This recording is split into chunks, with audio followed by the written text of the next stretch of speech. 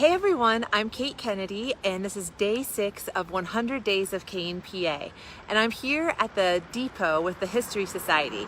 Did you know they meet every Wednesday night and they have great stories about the history of Kane? So every single Wednesday for the 100 days, we're going to be coming down to the History Society so that you can hear a story of Kane. But I thought for the first time you should hear how we got the depot and maybe even a little bit about this piece of history of the railroad station here right on Route 66 going up into 6. So I'm going to flip you around and we're going to talk to two of the members here who know the beginnings of the depot history. So here we have Dick Fly and John Marconi. Hello. Hello there. Hello. How's Kate? I'm good. How are you Good. guys? Doing good. Okay, so we're going to talk about how this came to be. So we're here. This building's awesome. It's a beautiful building, and you guys and the group have done a great job to restore it. And so we would love to hear a little bit about how it came to be. So who's going to start telling the story? I'll start. In 1994, a small group of 4 or 5 guys got together to begin negotiations with the railroad about acquiring the depot. And a lot of details in those negotiations. It took a little over a year, but we finally made it through that and acquired the depot in May of 1995. We formed a nonprofit corporation, a 501c3, and started raising money to pay for the building, which we paid appraised value for, and to get it secure from the weather. Like, one of the first things we did is put a roof on it. And some of the people on the negotiating committee was Denny Driscoll, myself, Gordon Harmon, Chuck Krause, maybe another one or two. Yeah, so since 1995, you guys have been here restoring the building, making it a place for people to come and see the history. What is the history of this building? Well, it's amazing first that we spent almost half of our life here at the depot. So that puts things in perspective real quick. But yeah, the building was built originally back in 1871.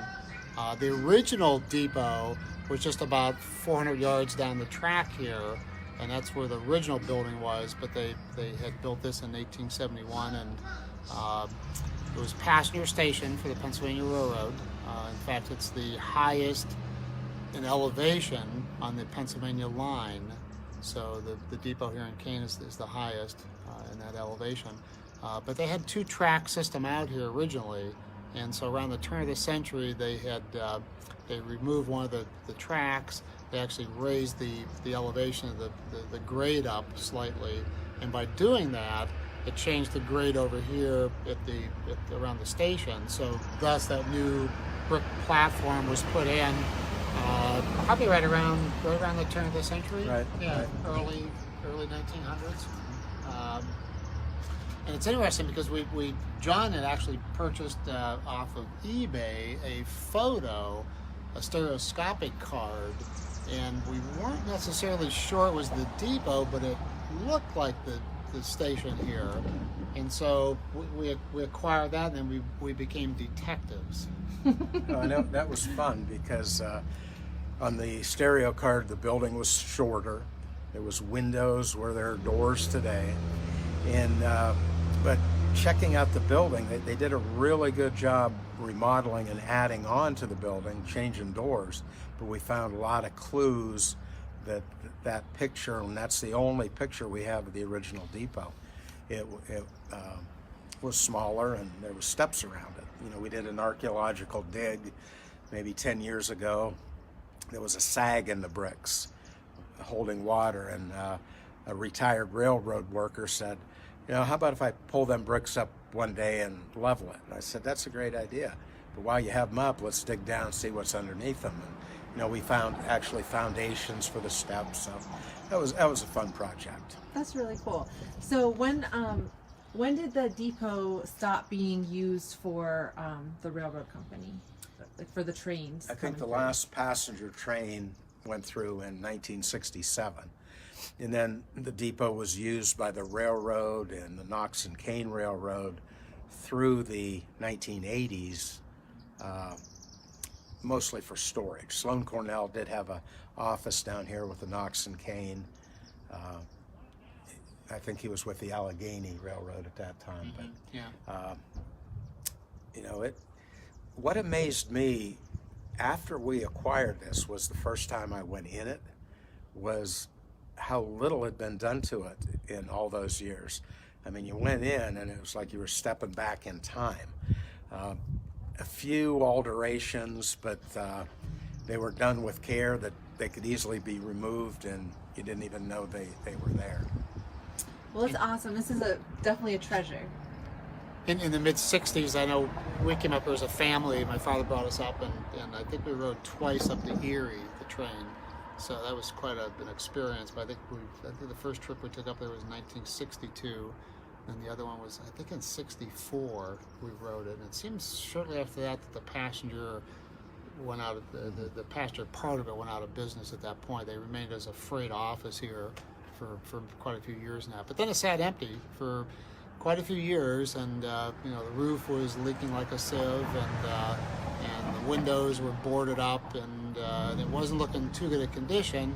So again, with this initial group that had purchased it, and with some other volunteers in that really helped us in that acquisition, and then when we acquired it, Sugar McAllen she was a contractor in town here, and she had told John that, hey, if you guys buy the material, she said, I'll find all the help in terms of the local contractors to volunteer. So they did that. And one weekend we had a volunteer crew up here, and that literally took the whole roof off and then replaced the new roof back on it.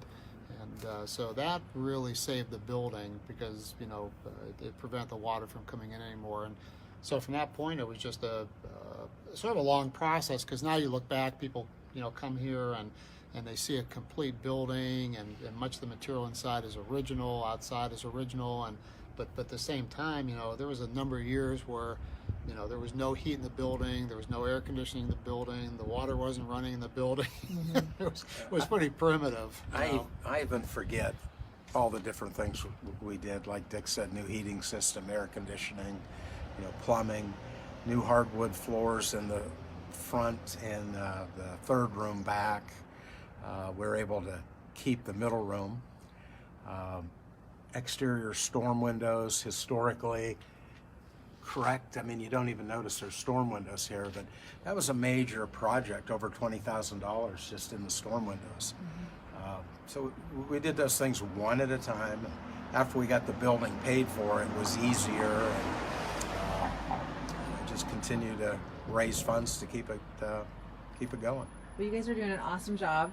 And people, you're here every Wednesday, 7 p.m. So if anyone wants to come down, they can come down and get to learn a little bit more about the history of Kane. And open Saturdays and Sundays. Yeah, I mean, stop up and because I mean, you know, it's an active museum, so you can learn about early Kane history here, about the glass factories, about the silver company in town, the brick manufacturing companies, Holgate Toy Company.